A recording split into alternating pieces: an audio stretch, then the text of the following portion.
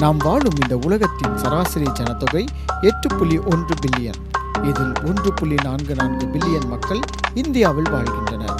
இதில் 45% மக்கள் திருமணமானவர்கள். 2019ஆம் ஆண்டில் எடுக்கப்பட்ட கணக்கெடுப்பின்படி இந்தியாவில் நடக்கும் ஒவ்வொரு 1000 திருமணங்களில் 13 திருமணங்கள் விவாகரத்தில் முடிகின்றன. கடந்த 20 ஆண்டுகளில் மட்டும் இது 350% உயர்ந்துள்ளது.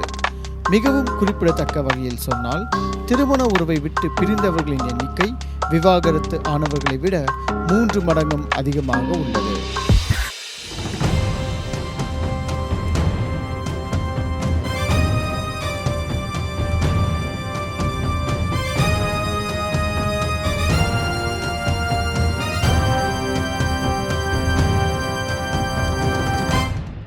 வணக்கம் மக்களே. இன்னைக்கு குடும்பத்துல பிரிவினைகள் அதிகரிச்சுட்டு வர காலகட்டத்துல தன்னிடம் ஆலோசனை கேட்க வரும் குடும்பங்களை பிரியாமல் ஒன்று சேர்க்கும் நமது நாட்டின் தலை சிறந்த குடும்ப நல ஆலோசகர் டாக்டர் கிரேஸ் அவர்களை இன்றைய நேர்காணல சந்திக்க போறோம். வாங்க நிகழ்ச்சிக்கு போகலாம்.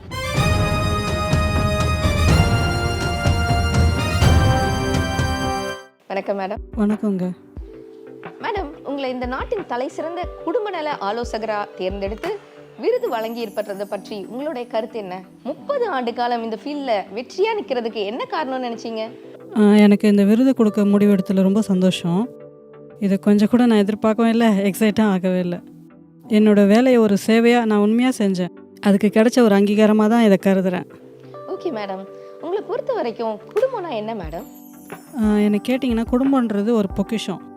குடும்பம் ஒரு வீடுன்னு சொல்லலாம், ஏன் குடும்பம் ஒரு தோட்டம்னு சொல்லலாம். இப்படி நிறைய சொல்லிகிட்டே போவேன். குடும்பத்தை ஆரம்பிக்கிறது ரொம்ப ஈஸி, அதில் நிலைச்சு நிற்கிறது அவ்வளோ சுலபம் இல்லை. அதுக்கு நிறைய நிலைகள் இருக்குது. மேடம், உங்களோட கேரியரில் நீங்கள் எத்தனையோ விதவிதமான கேசஸை பார்த்துருப்பீங்க. சாரி, அது கேசஸ் இல்லை, நான் இஷ்யூன்னு தான் சொல்லுவேன். Sorry madam. எத்தனையோ விதவிதமான இஷ்யூஸை நீங்கள் பார்த்துருப்பீங்க. அதில் உங்களுக்கு மறக்க முடியாத இஷ்யூஸ் ஏதாவது இருக்கா?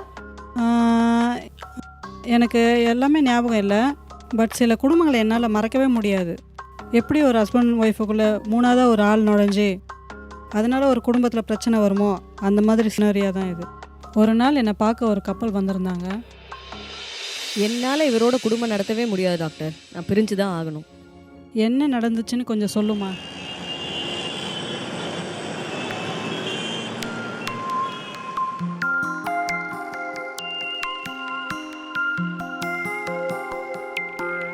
இதையும் கொஞ்சம் மடிச்சிருங்களேன். அதுக்கெல்லாமா கொடு. என்னது, துணி மடிக்கணுமா? ஏமா, அந்த வேலையை கூட நீ பார்க்க மாட்டியா? எப்படின்னு சொல்லி கொடுத்துட்ருக்காம்மா. இதை பாருமா, சிம்பிள்.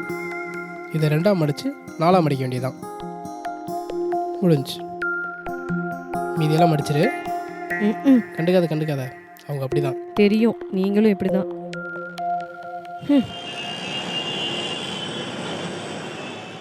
பாருமா. இன்னும் நைஸாக அரைக்கணுங்க. இன்னுமா? ஓ, மிக்ஸி கூட அவ அரைக்க மாட்டாளா? அதை கூட நீ தான் அரைக்கணுமா? சரி, நீ பாருமா. கண்டுக்காத. எப்போதான் மாறுவாரோ இவரு. டேசி, என்னம்மா கோவமா? நீங்கள் எப்போ தான் மாறுவீங்க? எப்போ பார்த்தாலும் நான் தான் அட்ஜஸ்ட் பண்ணணுமா? நீங்கள் எனக்காக எதுவும் செய்யக்கூடாது. அப்படிதான்மா, கண்டுக்காத. இதோ இந்த வார்த்தை தான் என்னை இன்னும் கோவப்படுத்துது. இதே கேட்டு சலிச்சு போச்சு. அப்படி அவங்களுக்கு என்னதான் பிரச்சனை? இன்னும் எத்தனை நாள் தான் அவங்க என்ன சொல்லுவாங்கன்னு நினச்சிட்டே இருக்கிறது? உங்கள் ஒய்ஃப்க்கு கூட நீங்கள் ஹெல்ப் பண்ணக்கூடாதா?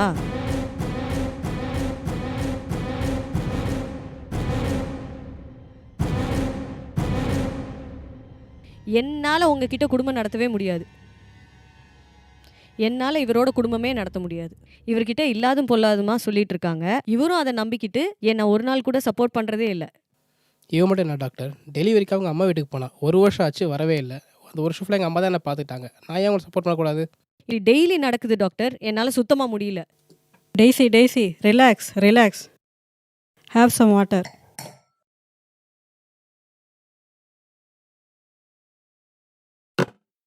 இது ஃபுல்லாக கொட்டி முடிக்கிற வரைக்கும் அமைதியாக பாருங்கள்.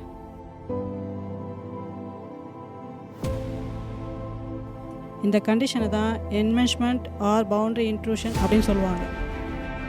நீங்கள் 2 பேருக்கு ஒரு எல்லைக்குள்ளே ஒருத்தர் நுழைஞ்சு ஆதிக்கம் செலுத்துறது, இது கூட்டு குடும்பங்களில் ரொம்ப சகஜம்தான்.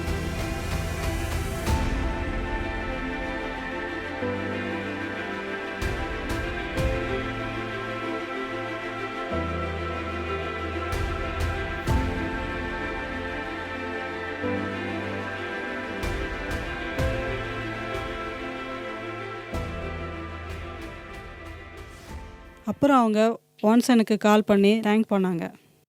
டாக்டர், நீங்க சொன்ன கவுன்சிலிங் 100% கரெக்ட். எங்க நேயர்களுக்காக இன்னும் கொஞ்சம் கேசஸ் இஷ்யூஸ் இருந்தா ஷேர் பண்றீங்களா?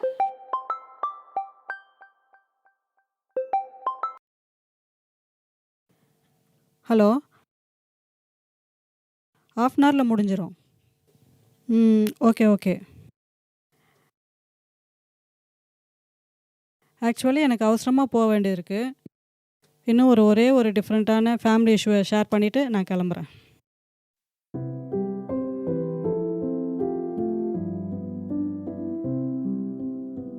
உங்களுக்கு உடம்புல எந்த பிரச்சனையும் இல்லையாம்மா? டாக்டர் அதுதான் பிரச்சனையே.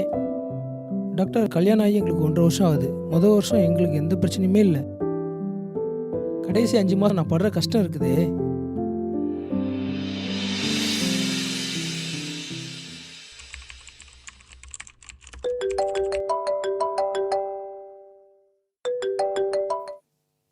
ஹலோ, என்னாச்சும்மா? ஐயோ, என்னாச்சு? No problem. நான் வந்துடுறேன். இப்போ பெர்மிஷன் போட்டு வந்துடுறேன். ஓகேவா?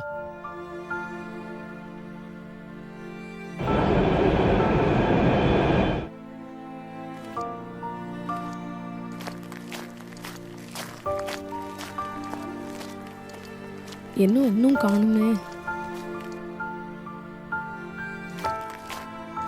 என்னமாச்சு? நான் பயந்தே போயிட்டேன். தெரியலங்க, ஒரே வயிறு வலியா இருக்குங்க. வாமிட் வேற பண்ணிட்டேங்க. ஐயோ, வா ஹாஸ்பிட்டல் போயிடலாம்.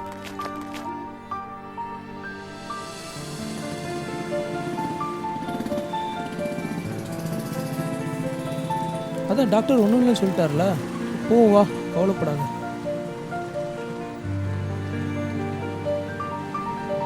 பெட்டி, ஏறுமா, போலாம்.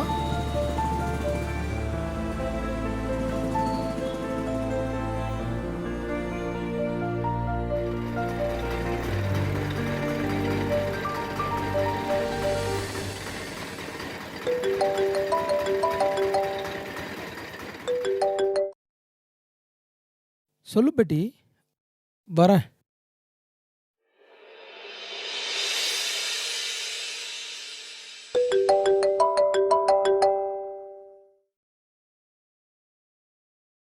வீட்டுக்கு தாம்மா வரேன்.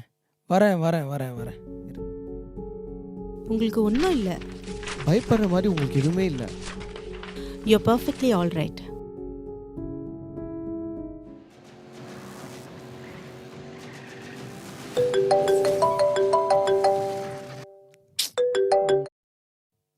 கீழே தான் இருக்கேன், வரேன்.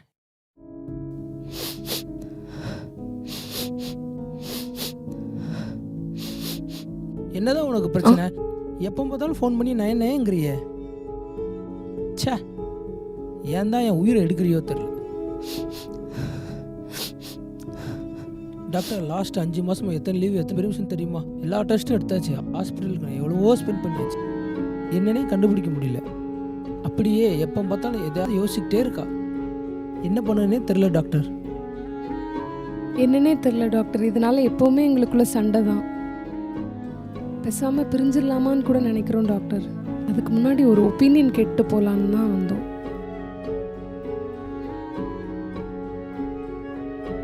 எல்லா டாக்டரும் சொன்னது போலவே உங்கள் ஒய்ஃபுக்கு உடம்புல ஒரு பிரச்சனையும் இல்லை. அவங்களோட இந்த கண்டிஷனுக்கு பேர் முன்ஷாசன் சிண்ட்ரோம். அதாவது மற்றவங்களோட கவனத்தை ஈர்க்கிறதுக்காக தங்களுக்கு உடம்புல எது பிரச்சனை இருக்குன்னு அவங்களே அப்படி பண்ணுவாங்க. இது எப்படின்னா, சில நேரத்தில் நம்ம பிள்ளைங்க அவங்கள கண்டுக்கலான்னு வச்சுக்கோங்களேன்.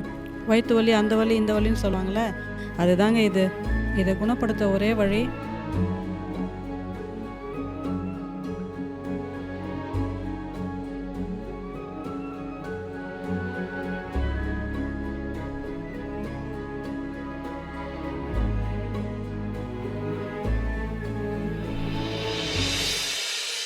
Doctor, it was a really great experience interviewing you, doctor.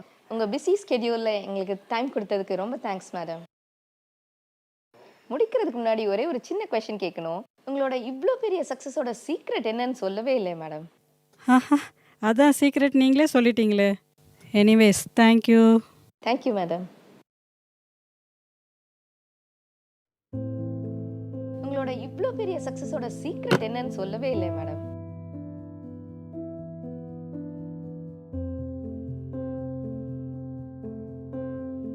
தங்களுடைய அம்மா வந்து தன்னுடைய மனைவியை வந்து தவறா நடத்துறத கணவன் பார்த்துட்டு இருந்துட்டு அமைதியா இருந்தார் வச்சுடுங்களேன். You are losing your wife very soon. சில அம்மாமார் சும்மா இருக்க மாட்டாங்க, எல்லாத்துலேயும் மூக்க நுழைச்சிக்கிட்டு எப்போ பார்த்தாலும் குறை சொல்லிக்கிட்டு புருஷன்கிட்ட போட்டு கொடுத்துட்டு விஷம் ஏற்றி விட்டு அனுப்புவாங்க. அப்போ புருஷனை நீங்கள் என்ன பண்ணணும்னா, உங்கள் அம்மாவாக இருந்தாலும் சரி, அவங்கள வைக்க வேண்டிய இடத்துல நீங்கள் வைக்கணும். அம்மா உங்களுக்கு இவ்வளோதான் மரியாதை, என் மனைவியை பற்றி எனக்கு தெரியும், சும்மா அவளை குறை சொல்லிக்கிட்டு வேடிக்கை பார்க்குற வேலையெல்லாம் வச்சுக்காதீங்க. எது உண்மையோ அதை மட்டும் சொல்லுங்கள். பொய் சொல்லி உங்கள் பக்கம் என்னை திருப்பணும்னு பார்த்தா உங்கள் பக்கமே வரமாட்டேன்னு சொல்லி பாருங்கள்.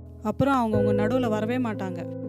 நீ ஏதோ ஒத்தாசைக்கு தான் உங்கள் அம்மா வீட்டுக்கு போகிற, அங்கே 1 வருஷம் 2 வருஷம்னு புருஷனை தனியாக விட்டுட்டு உட்காந்தன்னா இப்படி தாம்மா குடும்பம் போகும்.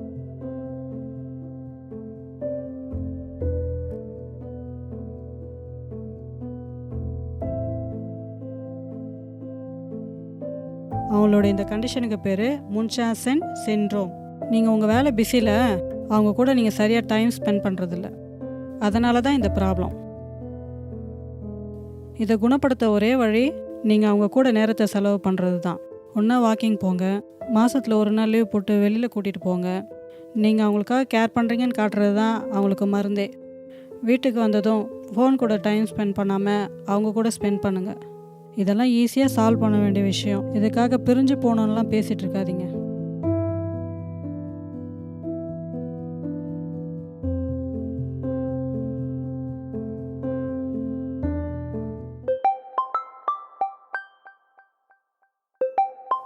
ஹலோ கிரேஸ், கொஞ்சம் சீக்கிரமாம்மா, எனக்கு ஒரே ஃபீவரிஷாக இருக்கு. முன்ஷாசன் சிண்ட்ரோம். என்னம்மா? ஒன்றும் இல்லைங்க. இதோ வீட்டுக்கு கிளம்புறேன். ஆஃபீஸில் 1 வீக் லீவ் சொல்லிட்டேன், இதோ வந்துடுறேன்.